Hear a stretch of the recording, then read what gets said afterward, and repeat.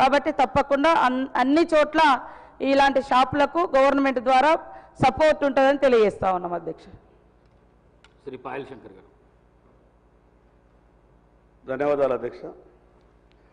అధ్యక్ష, రాష్ట్రంలో లక్షల సెల్ఫ్ హెల్ప్ గ్రూపులు ఉన్నాయి. గత ప్రభుత్వం కానీ ఈ ప్రభుత్వం కానీ బ్యాంకుల నుండి లోన్లు ఇప్పించేటటువంటి టార్గెట్ మీద మాత్రం సీరియస్గా దృష్టి పెడుతున్నాం. కేవలం లోన్లు ఇప్పించడమే మన బాధ్యత కాదు. ఆ సెల్ఫ్ హెల్ప్ గ్రూపులకు మనం లోన్లు ఇప్పించిన తర్వాత వాళ్లకు ప్రభుత్వం నుండి ఏవైతే వ్యాపార లావాదేవీలు సంక్షేమ పథకాలు జరుగుతాయో వాటన్నిటిలో కూడా, ఉదాహరణకు ఈ రాష్ట్రంలో కడుతున్నటువంటి ఇందిరమ్మ ఇండ్లు కావచ్చు, ప్రధానమంత్రి ఆవాస్ యోజన ఇండ్లు కావచ్చు, ప్రధానమంత్రి జన్మన్ యోజనలో కడుతున్నటువంటి ఇండ్లు కావచ్చు, వీటన్నిటికీ దాదాపు 30,000 కోట్ల రూపాయల మెటీరియల్ అవసరం వస్తుంది. మీ ద్వారా గౌరవ మంత్రి గారికి నేను విజ్ఞప్తి చేస్తా ఉన్నా, ప్రతి గ్రామంలో కడుతున్నటువంటి ఆ యొక్క ఇండ్లకు ఏ మెటీరియల్ అయితే అవసరం వస్తుందో, అది సిమెంట్ కావచ్చు, ఇటుక కావచ్చు, స్టీల్ కావచ్చు, మనం మహిళా సంఘాల ద్వారా మనం సప్లై చేయించగలిగితే వాళ్లకు కనీసం 20 నుంచి 25% మార్జిన్ అంటే 40,000 కోట్లలో దాదాపు రాష్ట్రం మొత్తం మీద కలిపితే 7 నుంచి 8,000 కోట్ల రూపాయలు మహిళా సంఘాలకు లాభం అయ్యేటటువంటి అవకాశం ఉంటుంది. మరి అదేవిధంగా అధ్యక్ష, మొన్న ఈ పావలా వడ్డీకి సంబంధించినటువంటి డబ్బులు ఇచ్చిండ్రు, దానికి ధన్యవాదాలు. వడ్డీ లేని రుణాలు ఇచ్చిండ్రు. అంతకుముందు గత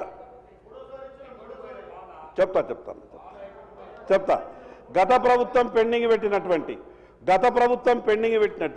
ప్రభుత్వాలు ఏవైనా ప్రజల కష్టాలు కాబట్టి గత ప్రభుత్వం పెండింగ్ పెట్టినటువంటి బకాయిలతో మాకు సంబంధం లేదనకుండా, వాళ్ళు ఏదో తప్పు చేసిందని తర్వాత వచ్చినటువంటి మనం కూడా తప్పు చేస్తే మీరు ప్రజలకు జవాబుదారీ ఈరోజు. కాబట్టి గత ప్రభుత్వం పెట్టినటువంటి పెండింగ్ అంతా కూడా మీరు క్లియర్ చేయాల్సిందిగా మీ ద్వారా గౌరవ మంత్రి గారికి విజ్ఞప్తి చేస్తా ఉన్నాను.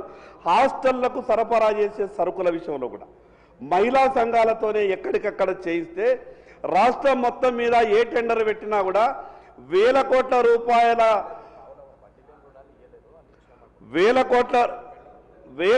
రూపాయల సంబంధించినటువంటి టెండర్లు ఒకే దగ్గర పెట్టడం కారణంగా అటు మున్సిపాలిటీ పరిధిలో కానీ గ్రామాల పరిధిలో కానీ వాళ్ళకి ఏ పని లేకుండా పోతున్నది. కాబట్టి ఎక్కడికక్కడ మహిళా సంఘాలకు పని దొరికే విధంగా చూడవలసిందిగా మీ ద్వారా గౌరవ మంత్రి గారికి విజ్ఞప్తి చేస్తా ఉంది అధ్యక్ష. ధన్యవాదాలు.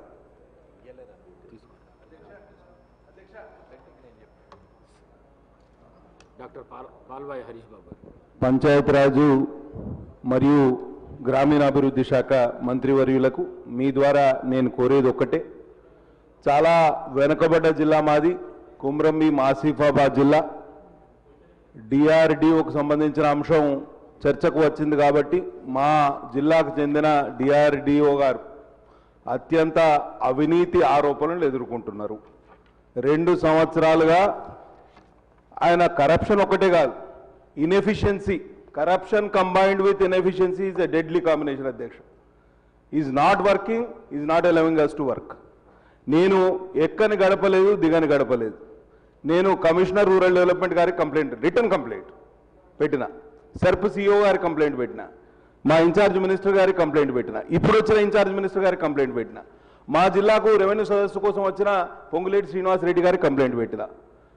ఎంత దారుణం అంటే మార్చి 31 నాటికి మేము ఏదైతే ఎన్ఆర్ఈజిఎస్ పనులు ఏదైతే మెటీరియల్ కాంపోనెంట్ కింద పూర్తి చేయాల్సినవో ఉన్నాయో మాకు ప్రొసీడింగ్ ఏ రోజు వస్తుంది అధ్యక్ష?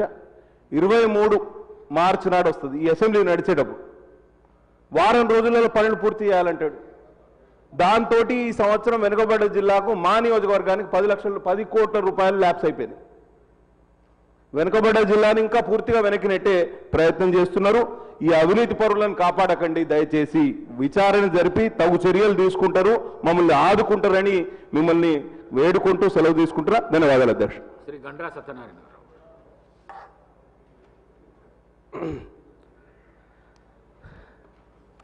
మహిళలు సంతోష